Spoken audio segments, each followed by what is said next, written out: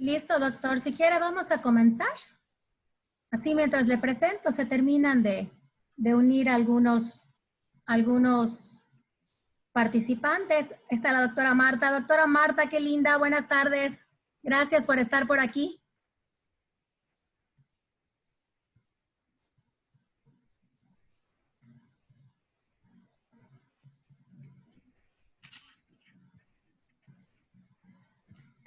Listo, perfecto. Buenas tardes. Pues sí, vamos a comenzar. Ya son las 6 de la tarde en punto. Hoy es 28 de mayo de 2020 y vamos a comenzar con esta capacitación que tenemos dirigida a profesionales de la salud, pero como siempre comentamos, si de repente tenemos aquí o a través de Facebook alguien que no sea profesional de la salud, pues también con mucho gusto puede escuchar esta presentación.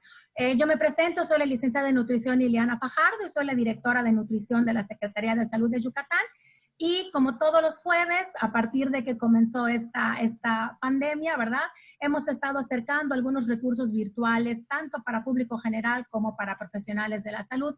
Y hoy tengo el gusto de presentarles, está con nosotros en la capacitación del día de hoy, el doctor Hugo Laviada Molina. El doctor Hugo, les leo unas 3 líneas de su currículum que es súper amplio del doctor Hugo. Buenas tardes, doctor. Gracias por acompañarnos. Hola, buenas tardes. Gracias. El doctor Hugo Laviada es profesor investigador titular de la Escuela de Ciencias de la Salud de la Universidad Marista de Mérida. El doctor también es investigador nacional nivel 2 de CONACYT por el Sistema Nacional de Investigación y es especialista endocrinólogo por la UNAM y maestro en ciencias médicas de la Universidad de Sheffield. Doctor Hugo, es para nosotros un gusto, es un honor que esté hoy usted con nosotros aquí para compartir pues con todos los profesionales de la salud este tema que es pues tan relevante, ¿no? Vemos todas las estadísticas y las cifras de todos los días con esta pues nueva pandemia, ¿no? Con el COVID que se nos presenta y que como bien han dicho nuestras autoridades nos cae prácticamente una pandemia sobre otra, ¿no? Entonces, pues yo quiero dejarle, doctor, la pantalla y el micrófono para que pueda usted empezar a compartirnos y muchísimas gracias. Antes de comenzar, perdón, ya saben un poquito la dinámica de Zoom. Aquí tendremos una parte de preguntas y respuestas. Quienes quieran hacer alguna pregunta al doctor Hugo, con mucho gusto las podemos hacer. Al final de la presentación del doctor Hugo, iremos leyendo sus preguntas y respuestas. Y quienes nos estén siguiendo a través de Facebook Live, también buenas tardes, muchas gracias por acompañarnos y la misma dinámica. Si tienen alguna pregunta y nos están siguiendo por Facebook, también ahí la pueden hacer y con mucho gusto le haremos llegar la pregunta al doctor Hugo. Pues ahora sí, doctor, bienvenido y adelante. Pues muchas gracias. Antes que nada, muy buenas tardes a todos. Muchas gracias a la dirección de Ileana por la invitación para estar aquí con ustedes. Y vamos a tratar de este tema que tiene que ver con el control de enfermedades cardiometabólicas ante el COVID-19. Vamos a ver algo de lo que se hace a nivel ambulatorio y un poquitín de lo que también pudiera hacerse a nivel de hospitalización en pacientes que no estén en la unidad de cuidados intensivos.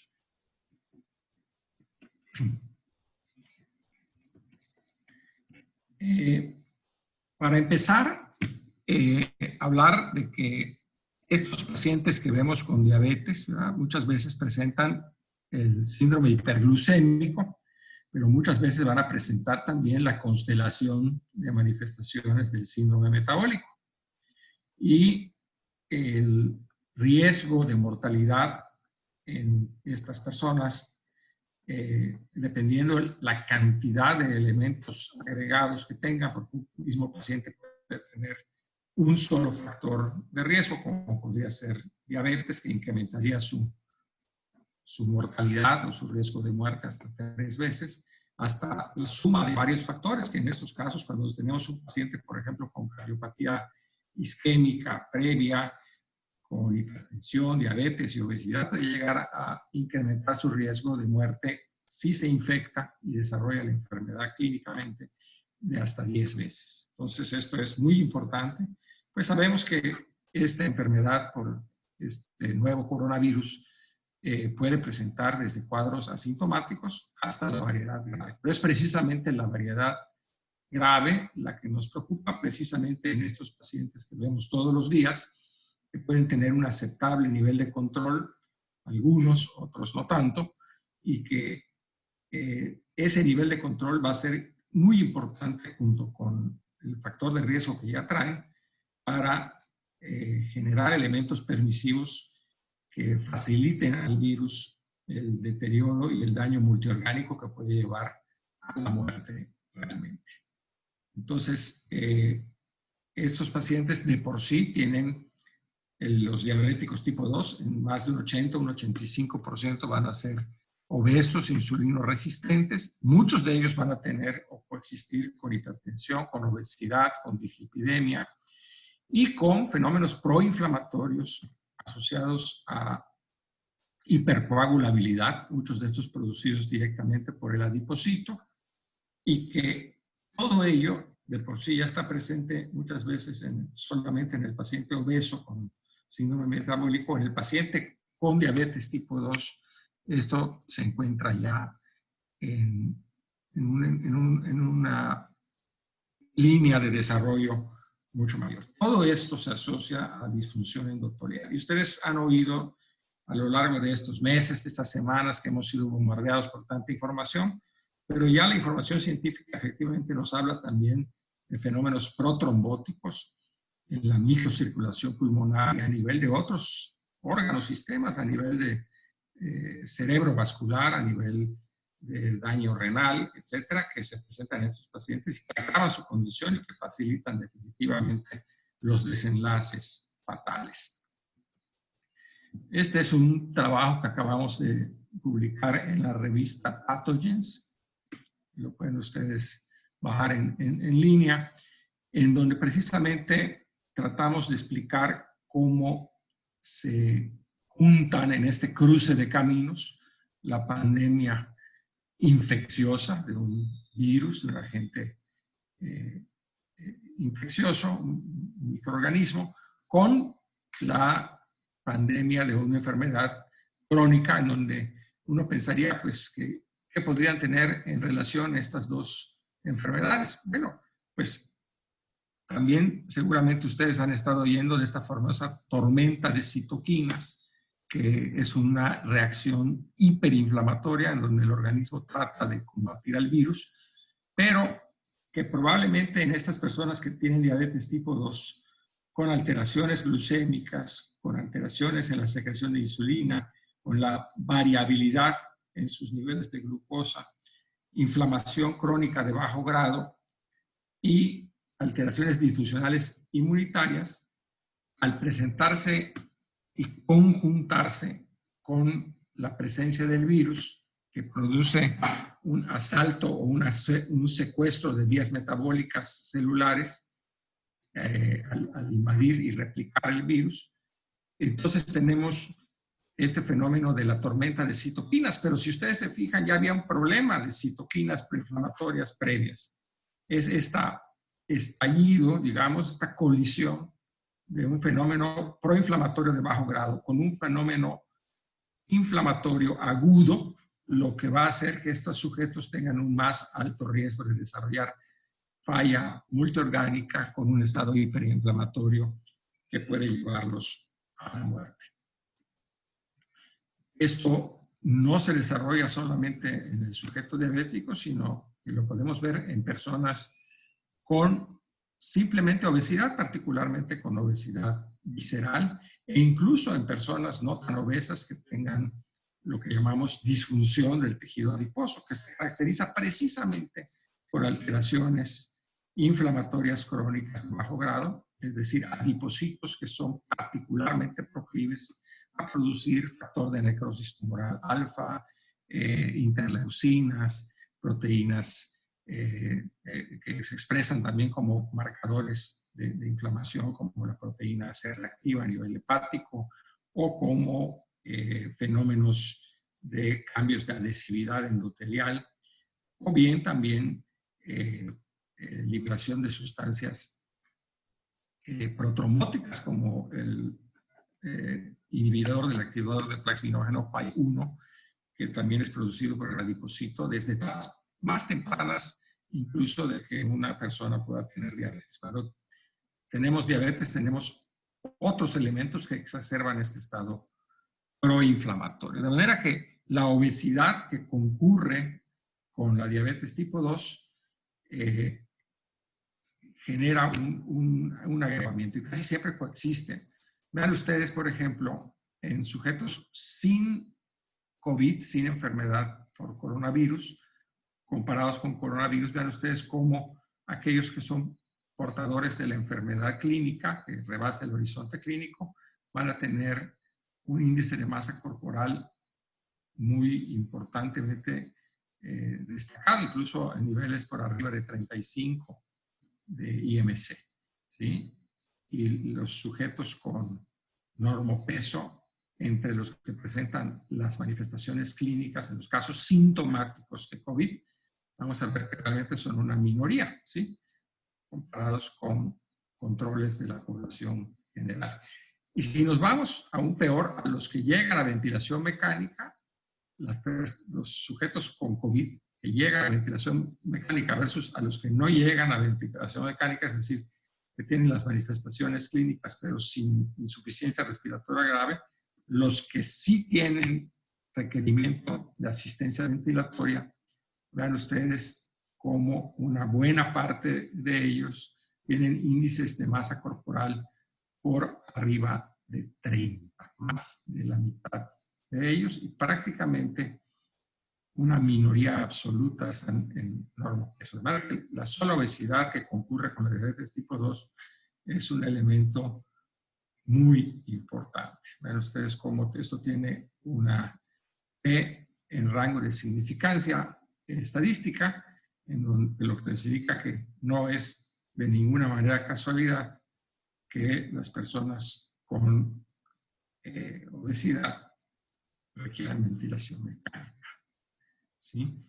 Y esto también lo hemos estado revisando en las diferentes series, desde la primera serie de China, pero después se repite en los datos que tenemos de Italia, de España, de Irán, y ahora con los mexicanos, en donde entre los sujetos que presentan manifestaciones graves, la gran mayoría son hipertensos, obesos y diabéticos, y con cierta frecuencia combinaciones de varias de estas comorbilidades. Y estas cifras se han repetido también en las cifras norteamericanas.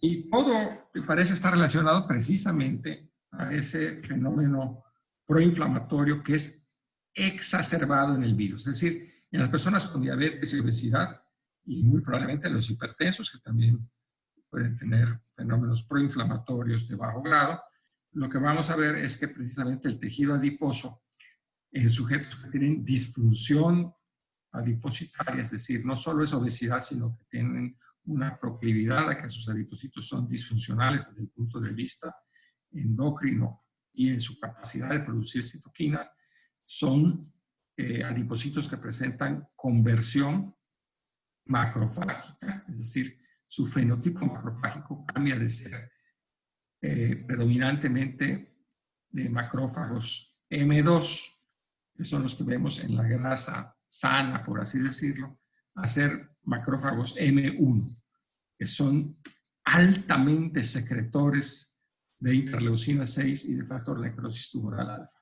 Es ahí donde, en este terreno fértil para la proinflamación, propio de la resistencia a la insulina y del adipocito disfuncional, característico también de la diabetes tipo 2, entra en escena un virus que precisamente desata esta tormenta proinflamatoria. Entonces, estamos viendo la colisión de dos fenómenos proinflamatorios. Y adicionalmente es importante mencionar que hoy sabemos mucho de la biología molecular de los virus. Este virus es nuevo, pero se ha estudiado mucho la manera como los virus penetran en las células y secuestran vías metabólicas de nuestras células. Y las secuestran con el objeto de ordeñar, por así decirlo, procesos energéticos para que el virus se pueda replicar. El virus utiliza elementos propios de las células y requiere particularmente el virus, no el virus propiamente como tal, porque el virus tiene ciertas características biológicas que no lo hacen consumir energía, pero para producir los elementos en las células que se requieren para la replicación viral, la célula va a necesitar un surplus de energía.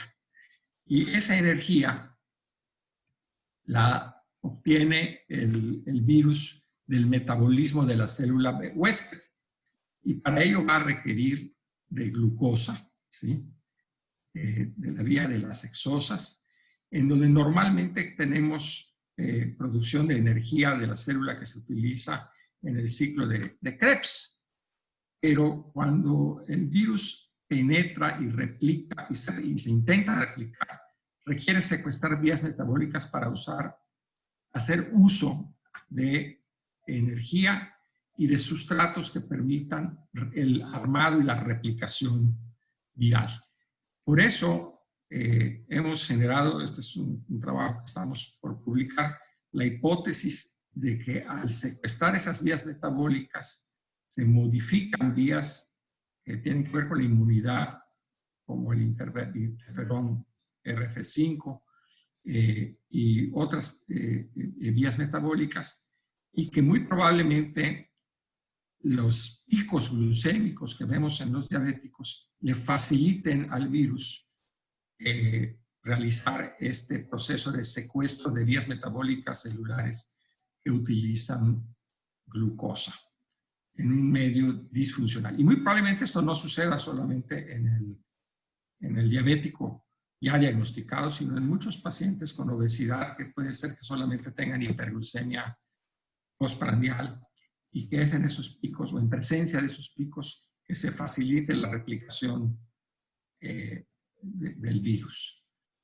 Por eso podríamos proponer quizá, tanto a nivel individual como poblacional, ¿sí?, dietas bajas en carbohidratos, dietas con bajo índice glicémico y baja carga glucémica, pudieran disminuir la replicación del virus. Esto es una hipótesis, no es algo de lo cual tengamos un ensayo clínico que estamos precisamente planeando realizar, ¿verdad? Pero la hipótesis es plausible si uno estudia las vías de secuestro de avenidas metabólicas que son alteradas por el virus para utilizar la energía de la célula en el provecho de la creación de su andamiaje de replicación similar. De acuerdo, de señalización celular. De acuerdo a esta teoría, las dietas con bajo índice glucémico pudieran disminuir la replicación viral y eso podría incluso tener implicaciones de tipo preventivo. También hay algunas propuestas desde el punto de vista de la nutrición, del rol o del papel que jugarían los ácidos omega 3 poliinsaturados, ¿sí? Entonces, se ha estudiado mucho en virus como el de la influenza, en donde la generación de mediadores lipídicos derivados de estos ácidos grasos poliinsaturados omega 3 podría tener también propiedades, no propiamente diríamos viricidas o que tengan la capacidad de aniquilar el virus, pero sí de disminuir la capacidad de replicación del virus y de exportar su RNA utilizando los sustratos de la célula del sujeto invadido por el propio virus. Bien, hecha esta introducción un tanto que tiene que ver con la fisiopatología y como la manera como el virus penetra y nos agrede, vamos a hablar un poquito de hipertensión arterial.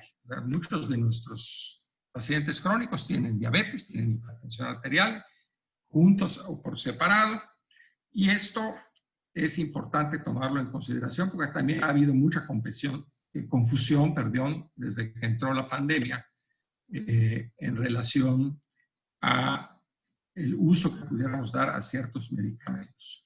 ¿Por qué?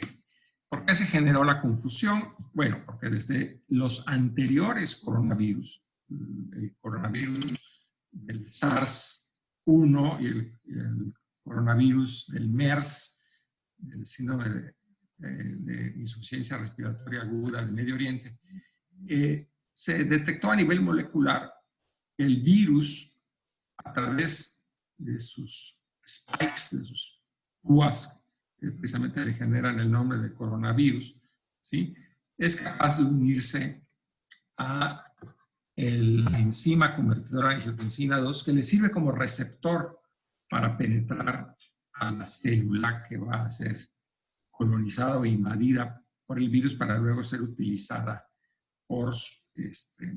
para luego utilizarla como elemento para su replicación. Esto generó un paper, un artículo que se publicó en una de las revistas de mayor difusión a nivel mundial, si no me equivoco fue en el Lancet, en donde se estableció una hipótesis de que posiblemente este mecanismo de entrada a la célula utilizando como receptor a la enzima convertidora de angiotensina 2, pues implicaría que los pacientes que están tomando, sabemos que esta enzima está elevada en pacientes con diabetes, hipertensión, y que los pacientes que toman medicamentos como son los bloqueadores del receptor de angiotensina, como el losartán, como el valsartán, como el telmisartán, o que utilizan inhibidores de la ECA, como el captopril, el ramipril, el lisinopril, el enalapril, pudieran favorecer la replicación viral y la agresividad viral. Y esto generó mucha inquietud, que obligó a detenerse un poquito más en el asunto y buscar consensos entre los expertos y buscar rápidamente evidencia epidemiológica que no teníamos en ese entonces y que afortunadamente al día de hoy, en estos pocos meses, sí tenemos. Por eso no hay que hacer mucho caso a esos WhatsApps que dicen que los chinos nos escondieron cosas y teorías conspiracionistas muy propias de Mr. Trump. La realidad es que los chinos nos han dado mucha información. Tenemos una gran cantidad de papers y de información publicada por los chinos y por los mismos luego países que fueron desarrollando la pandemia, los coreanos, los iraníes, los italianos, españoles, los norteamericanos ahora, y ahora que estamos generando nuestra propia información. Y podemos saber que esta hipótesis, afortunadamente, no fue correcta. En hipertensos, el tratamiento con antagonistas del receptor de angiotensina 2, como el losartán o el telmisartán, o los inhibidores de la ECA, como el enalapril, el captopril, sí facilitan ciertamente la sobreexpresión de la enzima convertidora de angiotensina 2.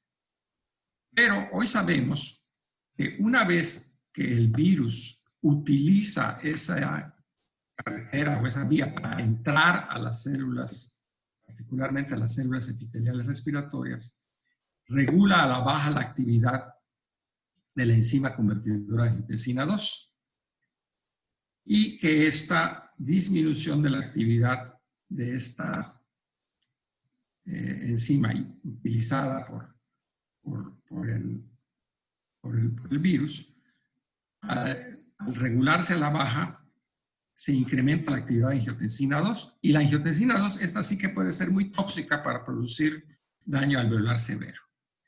Entonces, los bloqueadores del receptor de angiotensina nos serían muy útiles para disminuir ese daño alveolar. De manera que el tratamiento con los dos grupos de medicamentos resulta no solo no perjudicial, sino esencial para la sobrevivencia de los pacientes, disminuyendo el estrés miocárdico y limitando la vasoconstricción y los efectos profibróticos que en el pulmón y en los capilares celulares tiene la angiotensina 2. Ven ustedes en esta gráfica se muestra claramente como si efectivamente el virus utiliza como vía de entrada para ser endocitado por la célula el receptor, la enzima convertidora de angiotensina, que le sirve como vía de entrada, pero esto genera lo que se llama una regulación a la baja en la enzima convertidora 2. ¿Sí? Esto se traduce en un incremento en la actividad angiotensinérgica, pero tanto los bloqueadores, los inhibidores de la ECA, como los bloqueadores del receptor de angiotensina van a poder evitar ese daño que se produciría, ¿sí?, debido a la utilización del virus del receptor de la enzima convertidora de angiotensina.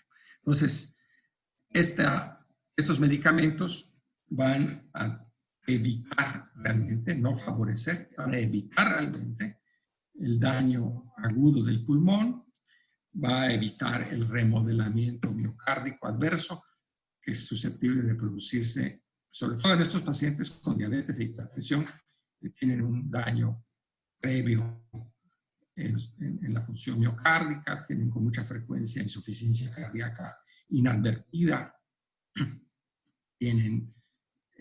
tienden a hacer vasoconstricción y tener alteraciones de la permeabilidad vascular. Y ya después, con el paso del tiempo, pues tenemos más información.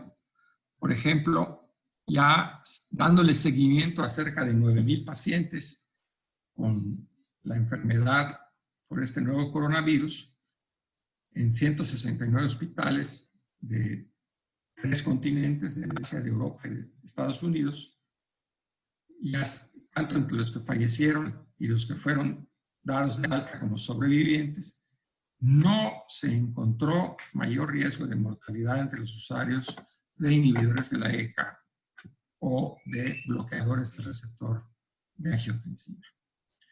Vean ustedes, este reporte es de Boston, en donde este grupo del doctor Mera le dio seguimiento a este caso, y entre los usuarios de inhibidores de la ECA encontró una menor probabilidad de defunción comparado con otros pacientes de COVID también ingresados al hospital, en donde la proporción es de 3:1, es decir, se mueren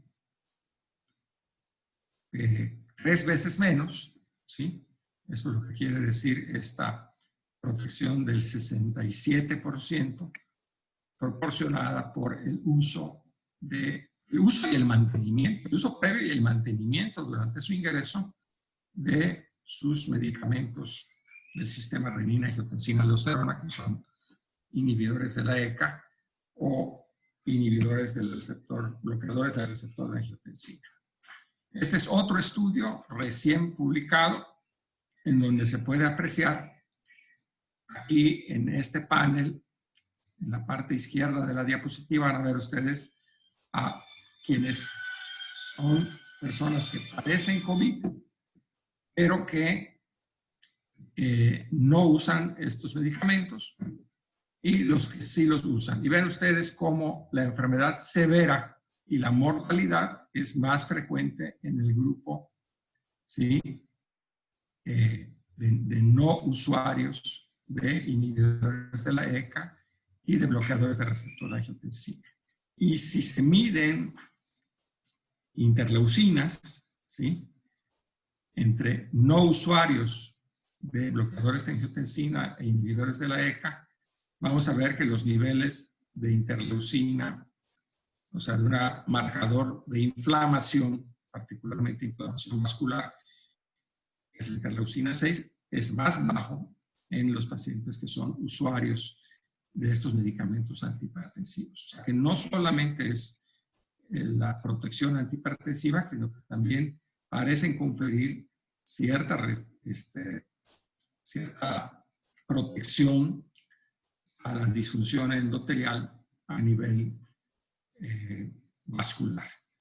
También es notorio, aunque un poquito menos claro, pero también se observa menos proteína se reactiva en los que usan este tipo de medicamentos versus los que no lo usan.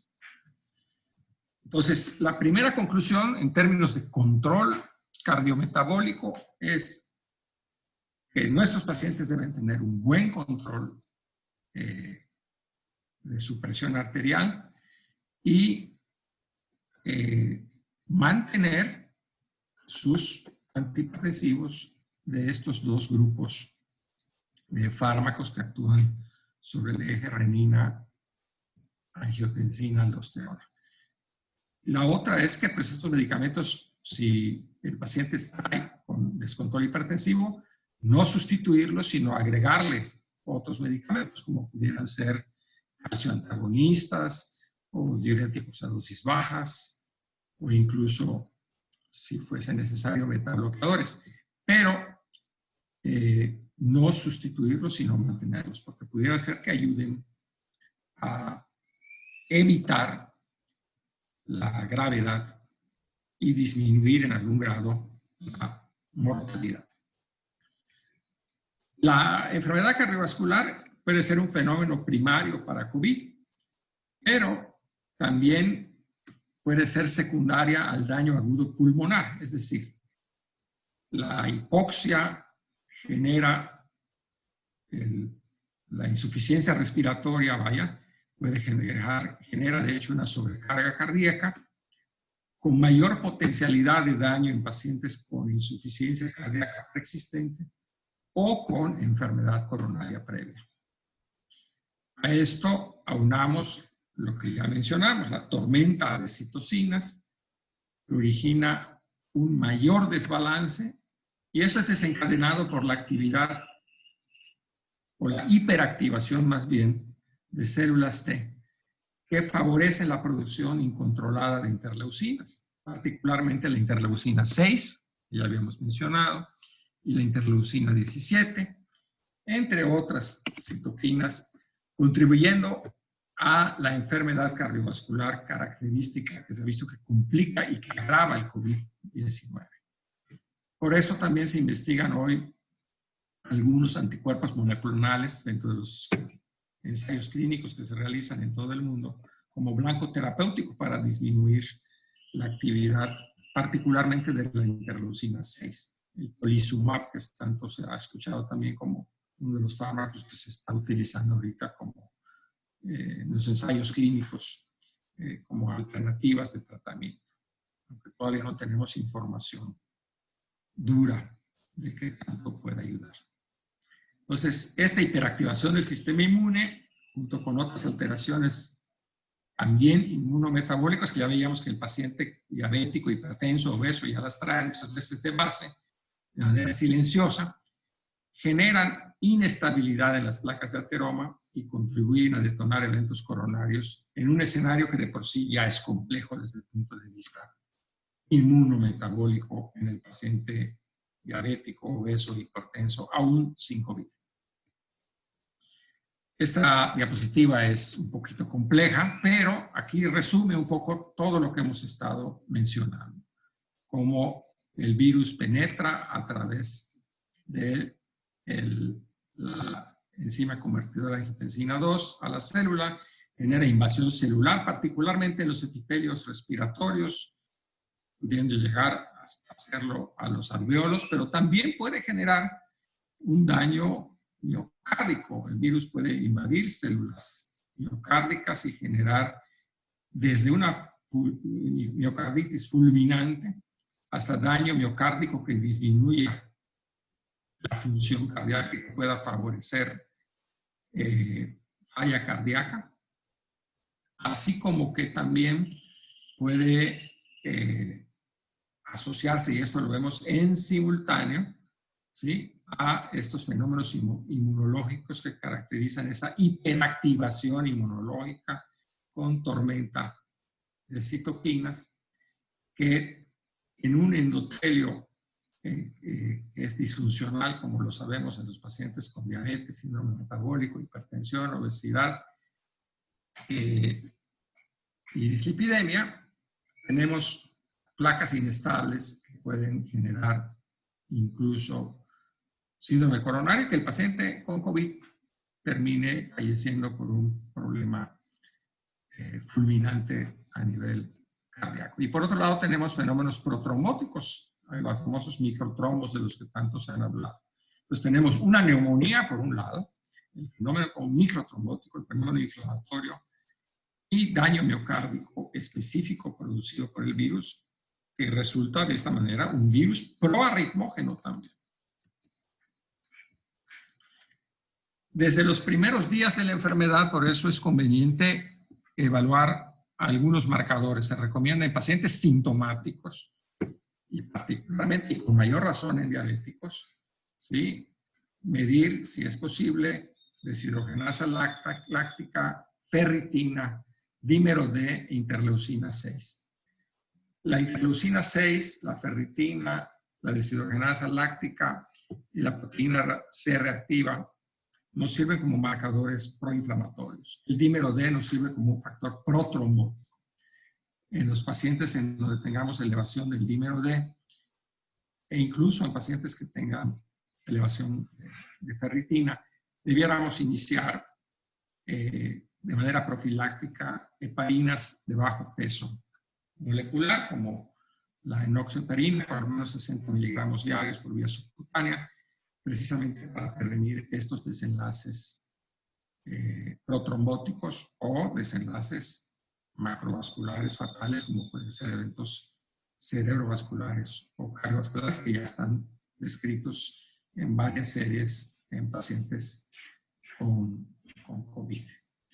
Entonces, vean ustedes cómo en no sobrevivientes, ¿verdad?, las tasas de enfermedad coronaria, de hipertensión, de diabetes 3 veces más y de antecedente de tabaquismo son mucho más frecuentes en los pacientes que terminan no sobreviviendo. Y aquí nuevamente resumimos esto como un mecanismo que hace razonable el uso profiláctico de heparina de bajo peso molecular, sobre todo si después del cuarto, quinto día, más o menos entre el quinto o el sexto día, en los pacientes sintomáticos, nos encontramos con expresión en el laboratorio de estos marcadores de inflamación y de marcadores protrombóticos como el dímero D.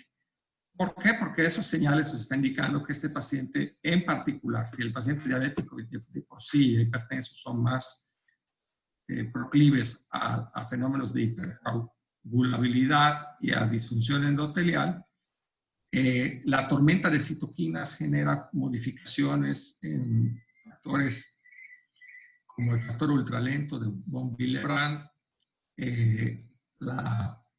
el incremento del fibrinógeno, generación de trombina y el dímero D. Todo eso nos está hablando de una mayor probabilidad de desarrollar esos microtrombos que pueden derivar en embolia pulmonar o microtrombosis que junto con la neumonía va a agravar la hipoxia y comprometer muy seriamente la posibilidad de recuperación de ese paciente con un síndrome respiratorio, de distrés respiratorio agudo en el escenario de COVID.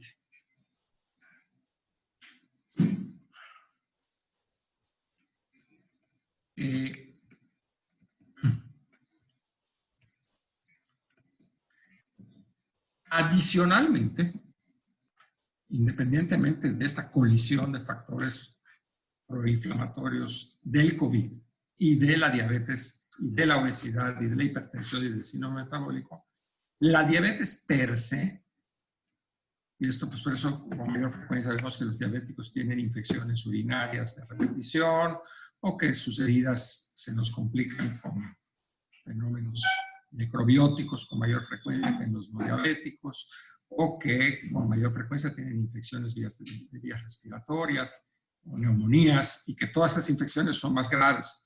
Pero esto sucede también porque el diabético, y sobre todo el diabético de más larga evolución, tiene disminución de la función de los linfocitos T, disminución de la movilidad y de la función de los neutrófilos, alteraciones de la inmunidad humoral, disminución de su funcionalidad del sistema oxidativo, y esto ya lo mencionamos hasta el cansancio, un fenómeno inflamatorio que muchas veces es asintomático y de bajo grado, pero que sabemos que está allá, sobre todo desde su disfunción adipositaria, desde el obeso, alteración de la función cardíaca, disminución de la función renal. La disminución de la función renal es un factor de mortalidad y de severidad también para COVID. En el diabético va a ser obviamente más frecuente que en la población en general. La hiperglucemia, que ya mencionamos, que hoy sabemos que puede ser un elemento que facilite las actividades de secuestro de vías metabólicas para utilizar energía en favor del virus. Y todo esto nos lleva a una mayor susceptibilidad a las infecciones y mayor fragilidad. Aquí viene un tema. En el tema específico de COVID, hay otras infecciones como la tuberculosis, probablemente en donde sí sea más frecuente en diabetes. No es una suposición, es un hecho que es más frecuente en diabéticos. Hay algunas infecciones que son más frecuentes en diabéticos. No parece ser, al menos la estadística no es muy concluyente en esto, que las personas con diabetes adquieran con mayor facilidad el virus. Lo que sí parece es que una vez que ya lo tienen, el virus se replica más fácilmente y la posibilidad de desarrollar desenlaces graves o fatales es mucho mayor. Vean ustedes este artículo, un artículo recién publicado, en donde lo que hicieron estos investigadores en Miami fue evaluar los niveles de glucosa en pacientes con y sin diabetes. O sea, incluso algunos pacientes que llegaron con hiperglucemia no eran diabéticos conocidos. Y simplemente separaron a los pacientes con y sin diabetes. Y basados exclusivamente en un dato muy sencillito, su nivel de glucosa en el día 1 de su contacto con el médico, o con su ingreso hospitalario, se evaluó la posibilidad de que desarrollaran alteraciones radiológicas. Y esta es la placa promedio de los pacientes que no tenían hiperglucemia en el día 1, y así se mantuvo su placa prácticamente durante el resto de la evolución. Insisto, aquí estamos simplificando un poco porque es el promedio, ¿sí? Pero los autores concluyen, ¿sí?, que la glicemia en el día 1 es el mejor productor para el desarrollo de imágenes radiológicas sugestivas de neumonía por COVID. La glucemia al momento del ingreso hospitalario es importantísimo porque nos permite conocer precisamente qué tanta facilidad ha tenido el virus para poder invadir y generar formas graves. Y esta sería la placa representativa de los pacientes que tenían hiperglucemia. Y no crean que hiperglucemia es tan importante. Ahorita vamos a verlo gráficamente. Esta paciente desafortunadamente falleció. Este paciente afortunadamente sobrevivió. Pero son placas muy ilustrativas en donde se correlacionaron esos niveles. Este es un estudio que se hizo en casi una centena de pacientes. Ingresaron al hospital, todos tenían síntomas, pero la derivación hacia problemas respiratorios graves y manifestaciones radiológicas de los mismos fue sustancialmente diferente. Y este es otro estudio que demuestra justamente lo que yo les decía. Les voy a pedir que revisemos este panel, primero los paneles de abajo, ¿sí? Al momento del ingreso, ¿sí? los niveles de interleucina 6, que ya dijimos que tienen una importancia fundamental para evaluar la posibilidad de desenlaces graves y fenómenos de tormenta inflamatoria. ¿Sí? Ven ustedes el nivel de glucosa. Los sujetos que presentaban niveles de glucosa por debajo de 150 miligramos al momento del ingreso, ¿sí? Y quienes presentaban niveles de más de 150 miligramos de glucosa. Vean cómo hay una relación lineal a partir de esos 150 miligramos de mucho más elevación de interleucinas. O mucho mayor probabilidad por arriba de 150 miligramos de presentar posteriormente durante etapas subsecuentes de los días siguientes de la enfermedad, elevación de dímero D en niveles que sugiere posibilidad de complicaciones protrombóticas. A nivel de interleucinas nos va a predecir una mayor posibilidad de que el paciente desarrolle una neumonía bilateral de focos múltiples, esa neumonía atípica que es característica pues ya no es tan atípica porque es característica del COVID y la estamos viendo con más frecuencia del usual. Y cómo se correlaciona con niveles de COVID. La buena noticia dentro de todo es que si a estos pacientes los ponemos ya hospitalizados con tratamiento con insulina, en este caso utilizaron infusión de insulina. No necesariamente tiene que ser infusión de insulina por microgoteo que se usa en terapia intensiva. Puede ser un régimen insulínico como el del que les voy a hablar más adelante. Pero vean ustedes cómo quienes utilizan un tratamiento intensivo con insulina de estos pacientes, ¿sí?, tienden a disminuir sus niveles de interleucina 6, ¿sí? Mientras que aquí a la derecha son a quienes se les aplica una infusión de insulina, ¿sí? Y estos son a los que no se les aplica la infusión de insulina. A quienes se les aplica la infusión de insulina, sus niveles de dímero D disminuyen, y a quienes no se les aplique se mantienen altos. Esto está hablando de que, por supuesto que lo deseable sería que el paciente en el momento que se tope, colisione o se cruce en el camino con el virus no tenga hiperglucemia. Pero también es cierto que si se establece una terapia antihiperglicemiante pronta en el paciente con COVID, ya sea a nivel ambulatorio o a nivel hospitalario, las posibilidades de que se compliquen disminuyen.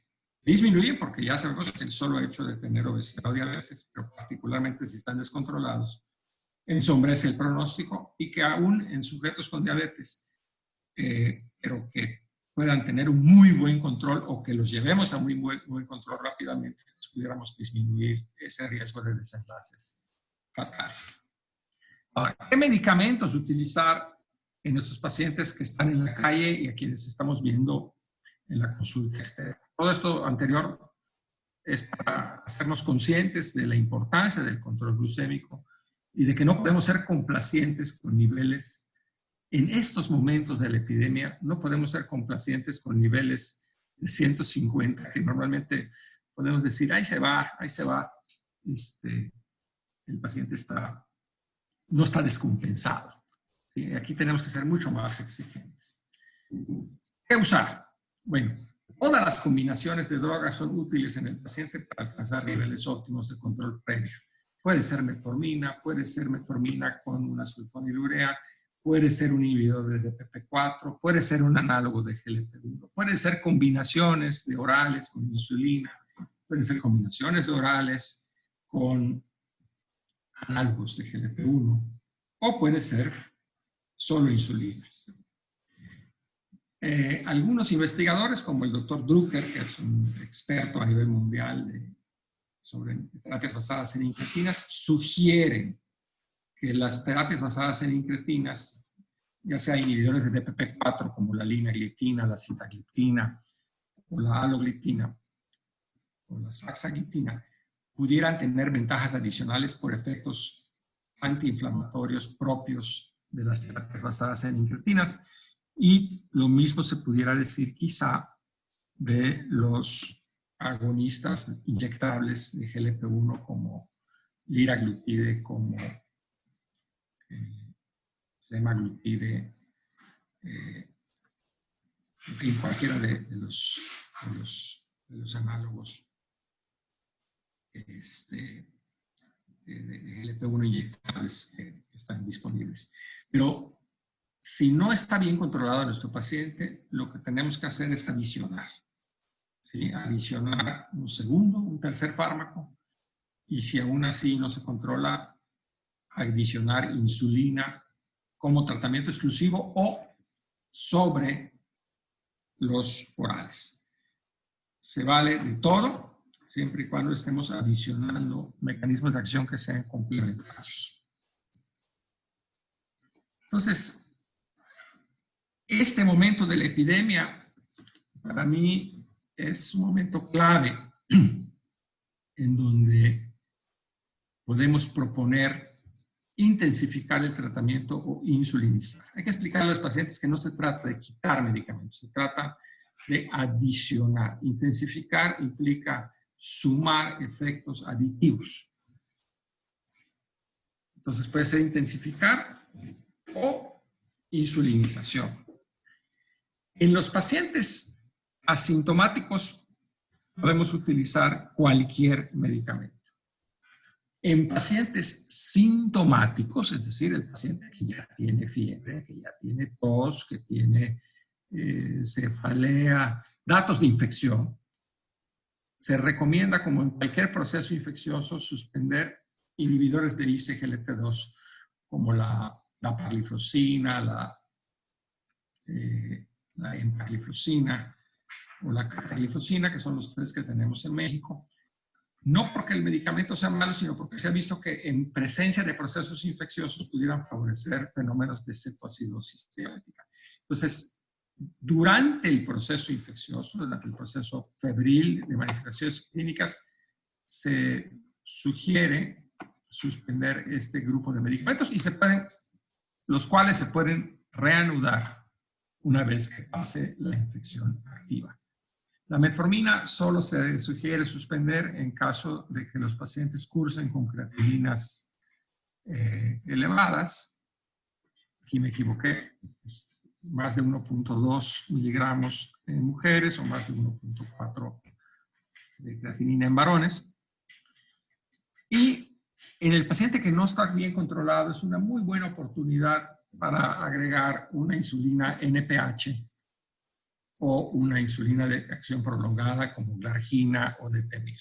Si contamos con NPH, podemos agregar NPH nocturna a su tratamiento oral para empezar con 12 o 14 unidades e incrementar de 2 a 4 unidades cada tercer día o cada semana hasta conseguir un control óptimo. Estoy hablando, por supuesto, en estos pacientes que todavía no tienen síntomas, es decir, podemos tomarnos con calma para controlarlos antes de la infección. O también para proponerles el uso de Glargina, que puede ser como terapia exclusiva o como adición a su terapia con hipoglicemiantes orales. Cualquiera de las basales nos sirve, la NPH o la Glargina, cualquiera de ellas nos sirve.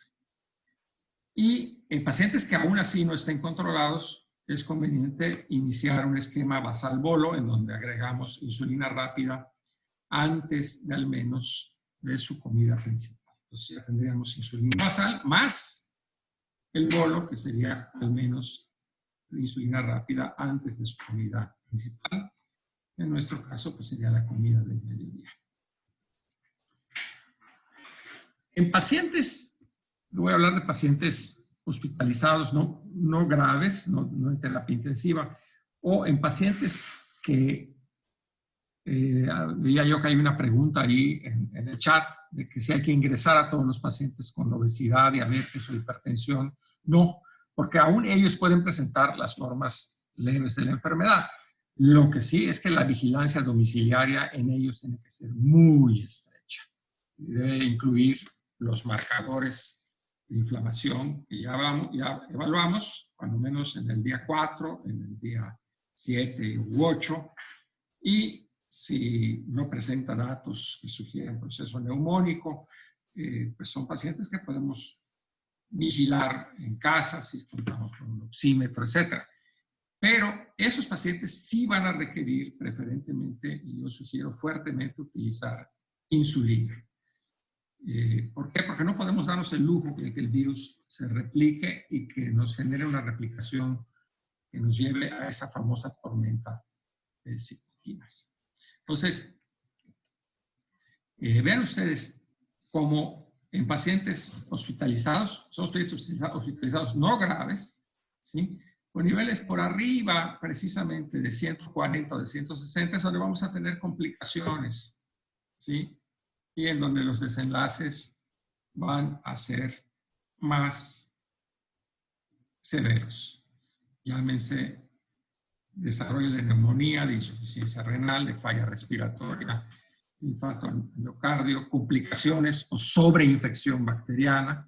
Por eso es muy importante también, ojalá que todos lo hubiéramos hecho antes de la pandemia también, recomendarle a nuestros diabéticos su vacuna de influenza y su vacuna de neumonía. ¿Por qué? Porque esos pacientes pueden presentar por encima, dicen que un rayo no cae 2 veces, pues sí cae, y sobre la misma persona. Y muchos pacientes con COVID terminan sobreinfectándose y generando sepsis por infecciones bacterianas sobrepuestas al COVID. Entonces, estos pacientes que ya tienen manifestaciones clínicas, ¿sí?, debiéramos llevarlos a un control muy estricto, si se puede, a niveles de glucosa entre 90 y 110, 120 miligramos. Y yo sí sugiero en esas fases, en el paciente infectado, utilizar preferentemente insulina. Si se puede conseguir ajustando los orales en pacientes que tienen dosis bajas orales o que solo tienen un oral, pues podemos intentar combinaciones de 2 o 3 orales de familias diferentes. Pero no es mala idea insulinizar a estos pacientes que ya tienen manifestaciones clínicas. Los esquemas que podemos utilizar pueden ser, ver aquí en morado, es una insulina glargina con administración de un poquito de insulina rápida antes de cada comida. Si hospitalizamos al paciente, es mejor aplicar, por ejemplo, 4 unidades de insulina rápida antes del desayuno, 6 antes de la comida del mediodía y 4 antes del almuerzo, y checar antes de la cena, perdón, y checar las postprandiales. Tradicionalmente usamos el esquema que le llamamos por requerimientos. El esquema por requerimientos, aplicamos insulina rápida antes de cada comida según los niveles del paciente. Y vean ustedes, si hacemos estas escalas de aplicación de insulina según la glucosa preprandial, generalmente el control no es tan bueno. Si administramos la misma insulina glargina, pero aplicamos un poquito de insulina rápida antes de cada comida y ajustamos esa insulina rápida en función de la glucosa postprandial de 2 horas, y si empezamos aquí con 4 y todavía no conseguimos metas de menos de 160 después de 2 horas, aumentamos a 8 y así lo hacemos después de cada comida, pero le vamos a poner insulina antes de cada comida, independientemente de que sus valores antes de que esta comida estén altos o no, vamos a obtener un mejor resultado. Y los resultados se traducen también en menos complicaciones y menos riesgo. Entonces, en estos pacientes que ya requieren hospitalización, porque requieren vigilancia, porque tienen algún grado de hipoxia, pero que afortunadamente no necesitan asistencia ventilatoria, podemos utilizar ese régimen basal-mono. Y si me dicen, ¿y qué tal si no tengo glargina ni detemir? Puedo utilizar NPH con los famosos esquemas de 2 tercios en la mañana y 1 tercio por la noche, y incluso insulina rápida regular. Puedo tener un control casi tan bueno.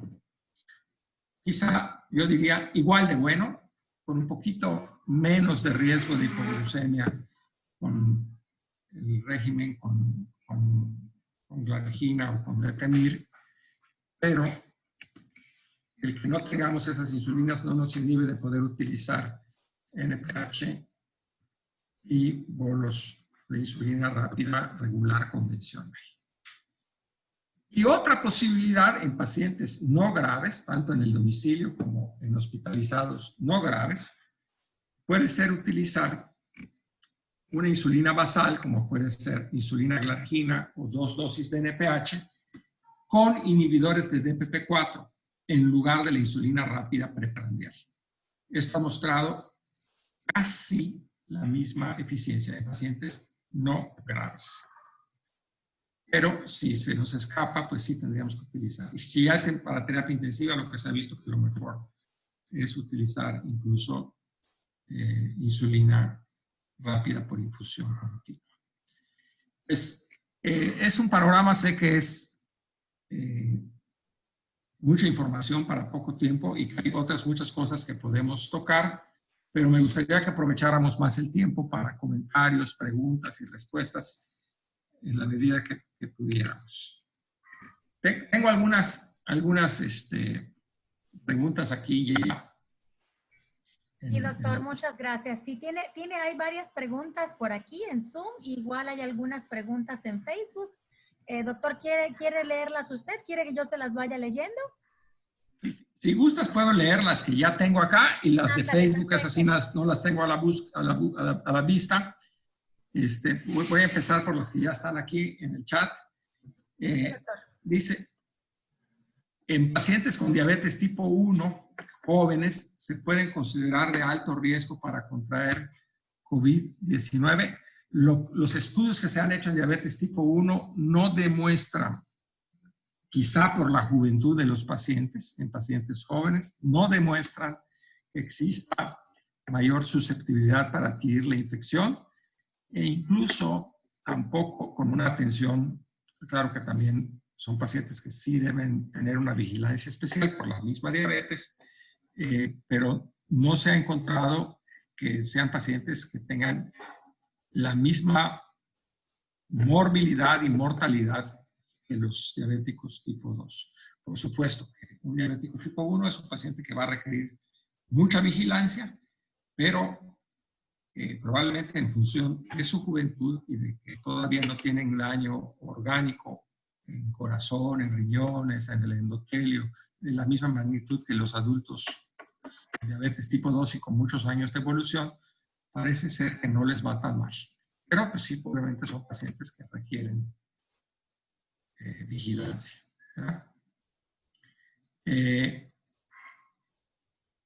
En pacientes, dice, sintomáticos, descompensados, sí deben ser hospitalizados. El paciente sintomático que tiene, vamos a suponer, estoy tratando de entender que tiene síntomas de COVID no graves, como pudiera ser tos, fiebre, malestar general, mialgias, todavía no tiene insuficiencia respiratoria, que ese sería un criterio para ingresarlo, pero que está descompensado de su glucemia, la respuesta es, si no es posible manejarlo rápidamente con insulina a nivel domiciliario, idealmente sí debieran ser hospitalizados por el alto riesgo y porque van a requerir una vigilancia un tanto especial. Es un paciente que está pues posiblemente deshidratado, hemodinámicamente con cierta inestabilidad, pues, idealmente sí habría razón para hospitalizarlo, aunque no tuvieran insuficiencia respiratoria relevante. La otra pregunta es, pacientes con enfermedades cardiometabólicas y problemas de asma o EPOC, si tiene inicio a base de corticoides o broncoediladores, se tiene ayuda ante el COVID. En términos generales, este tema de los corticosteroides ha sido muy polémico y la mayoría de los grupos que manejan protocolos en terapia intensiva solo recomiendan el uso de metilprednisolona en casos graves con insuficiencia respiratoria aguda. En etapas más tempranas no existe un consenso muy claro y hay grupos que piensan que pudiera impedir la depuración adecuada del virus y favorecer la replicación. Pero la excepción serían pacientes que por sus condiciones previas de asma o EPOC utilizan corticoides o broncodilatadoras. Estos sí deben mantenerse. La respuesta es sí. En esos casos sí deben mantenerse. Cuando menos es lo que he podido yo revisar al respecto, salvo la mejor opinión de algún especialista en el área respiratoria. Otra persona pregunta, ¿cómo puedo saber si soy asintomática después de convivir con una persona que dio positivo? Ya pasó el tiempo para que me contagie, hay una manera de saberlo. Lo que me di cuenta es que no percibo olores. Bueno, ese en sí ya es un síntoma, ¿sí? La anosmia o la disgeusia es un síntoma. Estuve en contacto y lo que se recomienda ahí es efectivamente, aunque los síntomas hayan sido muy leves y muy aislados, pues mantener el aislamiento por 14 días. Y si no le hicieron la prueba, más adelante vamos a contar con pruebas que son de anticuerpos de IgG, ahorita no están disponibles, que nos van a permitir saber qué personas que hayan presentado poquitos síntomas o no síntomas han sido infectadas y tienen y han adquirido cierto nivel de inmunidad. Y finalmente, Gaby Martínez. Hola, Gaby. Un paciente con obesidad e hipertensión con síntomas leves de COVID necesariamente tiene que acudir al hospital o se puede tratar en casa hasta que mejore y mejorará. Efectivamente, el hecho mero de ser hipertenso o obeso, ¿sí? Vamos a suponer, con febrícula, con mialgias, y que no presente aquipnea, no presente disnea, no presente datos respiratorios, ¿podría vigilarse en casa? Sí, la respuesta es sí. No hay que tratar de saturar los hospitales, pero esta persona pues debe ser vigilada en su domicilio, ¿sí? Con el mejor control que se pueda. Ya dijimos que algunas medidas dietéticas de alimentos de bajo índice glicémico, probablemente alimentos ricos en omega 3, buen control de la presión, no suspender sus medicamentos antihipertensivos. Es posible que mejore. Recordemos que el 80% de los pacientes con COVID mejoran, aún en personas con factores de riesgo. Entonces, el mero hecho de tener el factor de riesgo como es obesidad e hipertensión, si no tiene síntomas graves, no indica que deba ingresar al hospital y es muy posible que mejore. Pero la vigilancia deberá ser estrecha ante la presencia de sus factores de riesgo. No sé si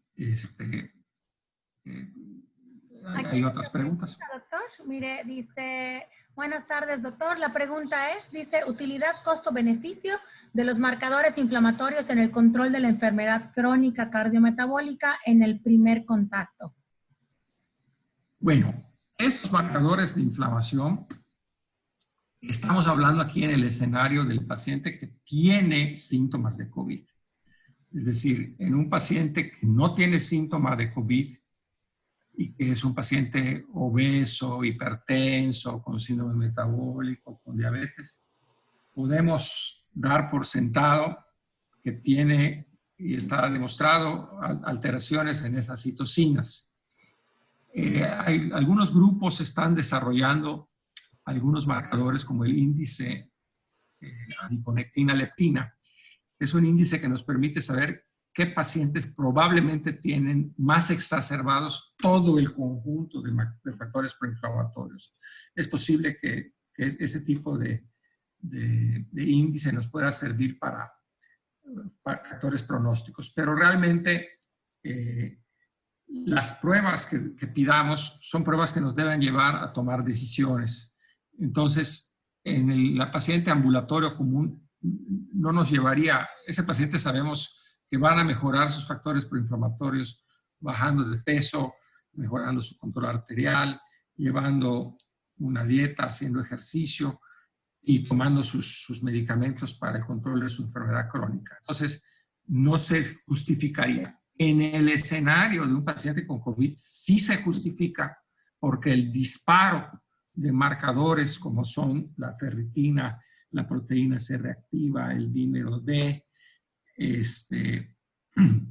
la interleucina 6, ahí sí tienen un valor pronóstico y nos llevan a tomar decisiones de una mayor vigilancia, del uso de heparina de bajo peso molecular de manera profiláctica, incluso de ingreso al hospital junto con los datos de saturación de oxígeno o los datos de vigilancia física de la respiración, etc. Entonces, en el escenario del paciente con síntomas de COVID, aún en los casos leves, sí puede tener utilidad en la vigilancia. En el paciente ambulatorio sin COVID, no. Doctor, aquí hay otra pregunta también. Dice, quiero saber la opinión del doctor respecto a pacientes con enfermedades cardiometabólicas sin sintomatología COVID, si se sugiere manejo temprano con esteroides o con anticoagulantes. No, o sea, yo estoy entendiendo que no tiene síntomas, ¿verdad? A lo mejor es positivo por una pesquisa o como estas gentes que se les detectó asintomáticos en el mercado, etcétera. Pero si no tiene... la pregunta es si requerirían tratamiento profiláctico si no tiene síntomas. La respuesta es no. Sí, igual me preguntan, por ejemplo, del consumo de aspirina como algún tipo de preventivo para el tema de la función anticoagulante. Si sí, pudiera muchos pacientes en la calle están tomando aspirina porque con todo esto de los microtrombos han interpretado que a lo mejor pueden prevenir que el virus colonice. Definitivamente, ningún antiinflamatorio no esteroideo va a prevenir al virus. Se especula que algunos, como la indometacina, puedan tener acción antiviral in vitro, pero esto se basa de un experimento en perros en el 2006, esta publicación, y luego ahora se recicló recientemente, pero no tenemos evidencia clínica de que esto sea real. Entonces, se pueden tomar los antiinflamatorios, pero no previenen, no curan, no tenemos evidencia clara de que tengan un efecto antiviral, pero tampoco causan daño, ¿sí? Y la utilización de aspirina como profilaxis antitrombótica está indicada en pacientes que han tenido enfermedad coronaria fundamentalmente, ¿sí? Pero otros medicamentos como las estatinas deben mantenerse. Las estatinas también tienen una acción pleiotrópica, antiinflamatoria, entonces también se piensa o se especula que pudieran tener alguna utilidad, es decir, no hay necesidad de suspenderlas, ¿sí? Y quien ya usa aspirina puede seguir utilizando aún durante los síntomas leves, pero si se inicia terapia profiláctica con heparina de bajo peso molecular, se debe suspender la aspirina. Doctor, aquí me preguntan que si existe alguna indicación de realizar toma de dímero D como una medida de probabilidad de complicaciones en pacientes con COVID que tienen diabetes previa. Sí, con o sin diabetes, el dímero D es un marcador de tendencia procoagulante. Entonces, en pacientes sintomáticos, mientras mantenemos esa vigilancia, se ha protocolizado que puede ser útil medir estos marcadores como el dímero D, como la ferritina, etcétera, y como un indicador de que pudieran requerir estos pacientes profilaxis antitrombótica. Perfecto. Hay dos preguntas más, doctor, creo que un poquito rápidas. La primera es si el ayuno intermitente pudiera ayudar a mejorar los marcadores. Si se tratara de un ayuno intermitente con bajo índice glucémico y con baja carga glucémica, o sea, en términos generales, ya sea a través de ayuno intermitente o con una dieta baja en carbohidratos, es posible que pudiera ayudar. Esto es altamente especulativo porque los experimentos para probarlo todavía van a empezar y es algo que se está generando a manera de hipótesis en función de lo que yo les comentaba, de que sabemos que el virus utiliza y secuestra la vía de glucosa intracelular para utilizar esa energía para modificar vías metabólicas que le permiten al virus hacerse de aminoácidos, de moléculas y de proteínas que le sirven para reconstruir su andamiaje y replicarse. Entonces, es una hipótesis muy interesante. Con el doctor Bastarachea vamos a hacer unos experimentos ahorita en primates a inocularles el virus mientras les instilamos glucosa, sin instilarle glucosa, y ver si en estos animales no diabéticos, si les inducimos artificialmente la hiperglucemia, esto facilita la replicación viral. Por eso sugerimos que a nadie le va a hacer mal privarse de carbohidratos y evitar picos postprandiales glucémicos.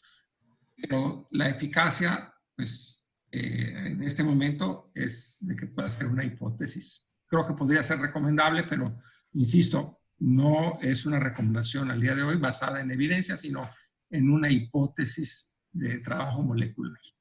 Excelente, doctor. Hay una última pregunta. Dice, en caso de diabetes gestacional, sin casos de COVID-19, si también se debería de iniciar insulina de forma inmediata o con el control de la dieta es suficiente. El 80% de las diabetes gestacionales se pueden controlar exclusivamente con dieta y ejercicio. Sin embargo, cuando no conseguimos esos niveles de control que son muy estrictos para diabetes gestacional, ahí buscamos glucosas de ayuno entre 90, máximo 95, y glucosas postprandiales no mayores de 120 o 130, es decir, buscamos un control para proteger al bebé. Si no lo conseguimos, sí debiéramos utilizar insulina. Algunos grupos están utilizando metformina, ha demostrado ser inocua en el embarazo, y se puede utilizar en pacientes antes de utilizar insulina, pero digamos que si nos queremos apegar a la ortodoxia, es dieta, ejercicio, y cuando no conseguimos las metas, insulina. Perfecto, doctor. Y para cerrar, doctor, por ejemplo, ante un escenario, ¿no?, como el que se están viendo ahorita en muchos pacientes de descontrol, ya sea porque pues finalmente no han asistido a sus médicos, ¿no?, de confianza, a sus centros de salud, y ante este escenario de descontrol donde pudiera resultar a lo mejor más peligroso en este momento, ¿no?, que el paciente se acerque a su unidad o se acerque a un consultorio precisamente por el riesgo de contagiarse de COVID. ¿Qué estrategias se pudieran utilizar, doctor, en este momento, ¿no?, donde pues hay pues cierto temor, ¿no? Finalmente, pues a lo mejor yo sé que tengo diabetes o tengo hipertensión o tengo obesidad, pero a lo mejor todavía tengo pues un poco de temor, ¿no?, de salir y en la ida al médico, ¿no?, en la ida al centro de salud, precisamente para que me ayuden, pues contagiarme, ¿no? ¿Qué estrategias pudiéramos utilizar con los pacientes, doctor, en este caso? Sí, nosotros estamos utilizando muchísimo las redes sociales, ¿no?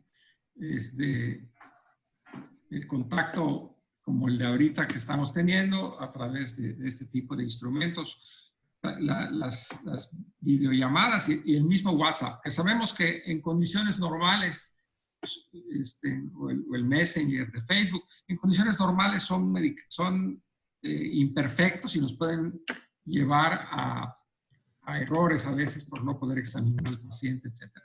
Pero ante la imposibilidad de la valoración presencial, pueden ser tremendamente útiles para hacer ajustes en los medicamentos, para tranquilizar al paciente, para hacer modificaciones, para agregar medicamentos, para monitorizar el control de monitoreo de la glucosa capilar.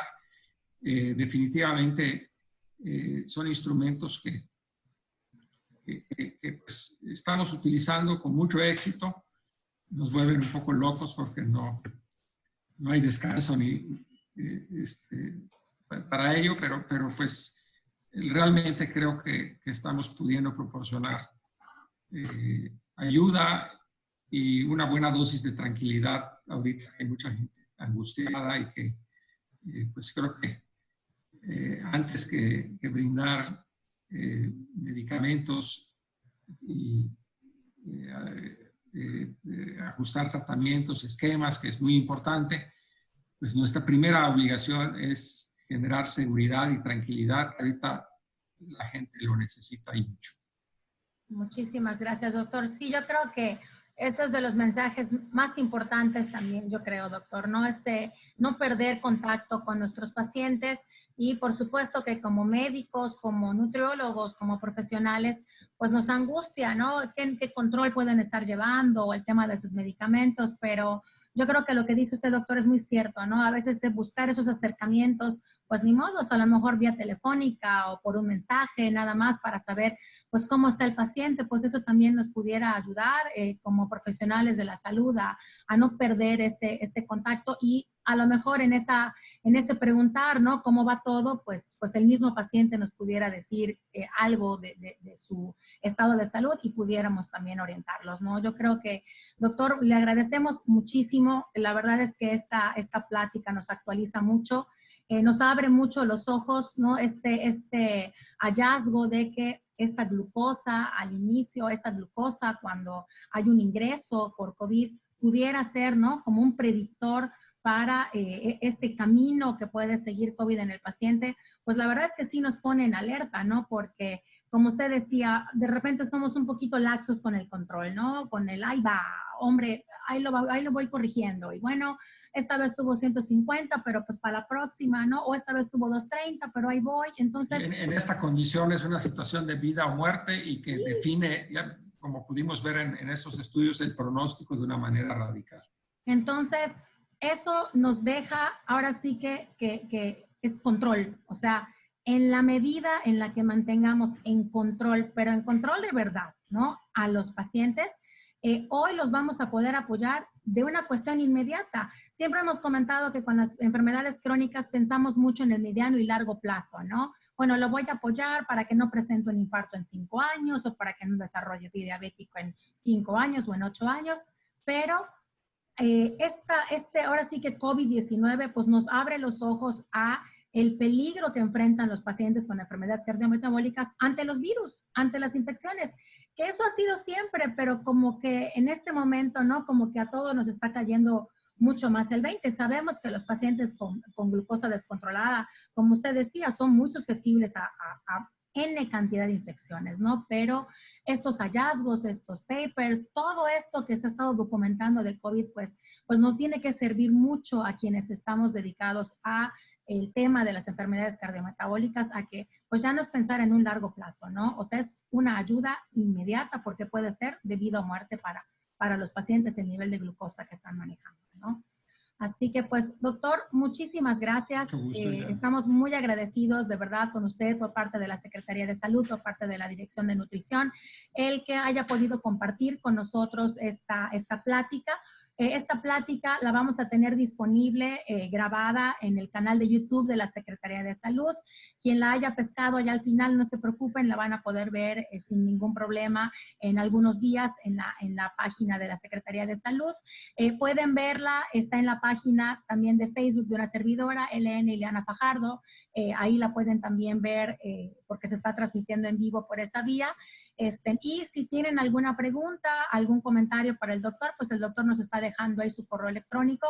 Con mucho gusto pueden escribirle al doctor o si tienen alguna aportación, algo que consideren que sea necesario o alguna pregunta que le quieran hacer adicional, pues también. Si alguien desea el material es para compartir, con mucho gusto. Excelente, doctor, excelente.